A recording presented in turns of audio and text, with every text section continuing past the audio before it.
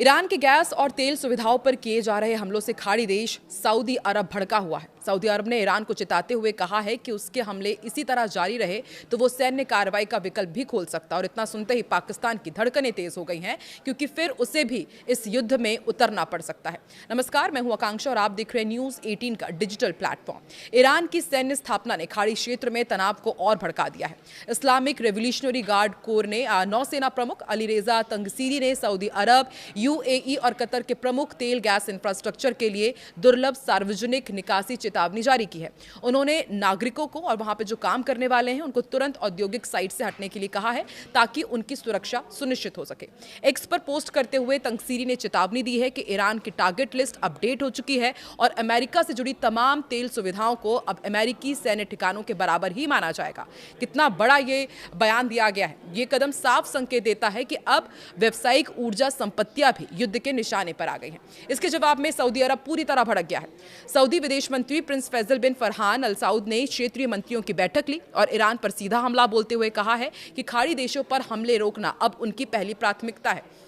उन्होंने ईरान पर भड़कते हुए कहा कि ये हमले ब्लैकमेल का स्पष्ट प्रयास है और सऊदी अरब पड़ोसी देशों पर हमले सहन नहीं करेगा। साफ चेतावनी दी है कि मेरा ध्यान अब सिर्फ अपने देश और उन पड़ोसी देशों पर हो रहे हमलों को रोकने पर है जो इस संघर्ष में शामिल नहीं है। सऊदी ने ऐलान कर दिया है कि हम नहीं टूटेंगे, ईरान पर हम भारी पड़ेंगे। उन्होंने कहा है कि सऊदी अरब राजनीतिक, आर्थिक, कूटनीतिक हर माध्यम का इस्तेमाल करेगा, लेकिन अगर जरूरत पड़ी तो सैन्य कार्रवाई का अधिकार भी सुरक्षित उन्होंने रखा हुआ है। विदेश मंत्री ने साफ तौर पर कहा है कि ईरान अपने पड़ोसियों से बातचीत में विश्वास नहीं करता, उन पर दबाव डालने की कोशिश करता है। उन्होंने जोर देकर यह भी कहा कि रणनीति नाकाम हो जाएगी। अब सबसे गंभीर बात यह है कि प्रिंस फैसल ने ईरान पर भरोसे का पूरी तरह टूटना घोषित कर दिया है।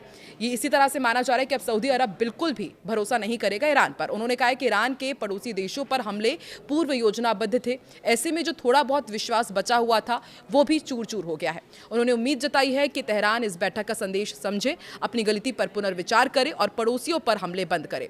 साथ ही उन्होंने ईरान के सिविलियन इंफ्रास्ट्रक्चर पर हमले को खारिज करते हुए कहा है कि अमेरिकी सैन्य ठिकानों की मौजूदगी का बहाना असंतोषजनक है और ये सऊदी गुस्सा सिर्फ शब्दों तक ही सीमित नहीं है। रियाद ने स्पष्ट किया है कि अगर ईरान ने हमले जारी रखे तो सैन्य जवाब दिया जाएगा और इस स्थिति ने पूरे क्षेत्र को हिलाकर रख दिया है। लेकिन सबसे ज्यादा चिंता पाकिस्तान में फैली हुई है। इसकी वजह यह है कि पाकिस्तान का सऊदी अरब के साथ लंबे समय से सैन्य पैक्ट रहा है और दोनों देशों के बीच रक्षा सहयोग इतना गहरा है कि पिछले कई दशकों में पाकिस्तान ने सऊदी की सुरक्षा के लिए सैनिक भेजे हैं। अब जब सऊदी अरब खुलकर सैन्य कार्रवाई की बात कर रहा है तो पाकिस्तान की धड़कनें तेज होना लाजमी है। इस्लामाबाद को डर है कि अगर युद्ध बढ़ता है तो उसे सऊदी के साथ कंधे से कंधा मिलाकर लड़ना पड़ सकता है। पाकिस्तान की अर्थव्यवस्था हम जानते ही हैं कि पहले से ही संकट में है। ईरान के हमलों से तेल की कीमतें आसमान छू रही हैं और इसका सीधा असर पाकिस्तान की आयात लागत पर पड़ रहा है। अगर सऊदी की तरफ से सैन्य मदद का अनुरोध आया तो पाकिस्तान को न सिर्फ सैनिक भेजने पड़ेंगे बल्कि अपने संसाधनों को भी युद्ध में झोंकना होगा। पाकिस्तानी सेना के रिटायर्ड अधिकारियों का कहना है कि सऊदी पैक्ट हमारा सम्मान है, लेकिन इस वक्त ईरान से दो मोर्चों पर लड़ना पाकिस्तान के लिए घातक साबित हो सकता है।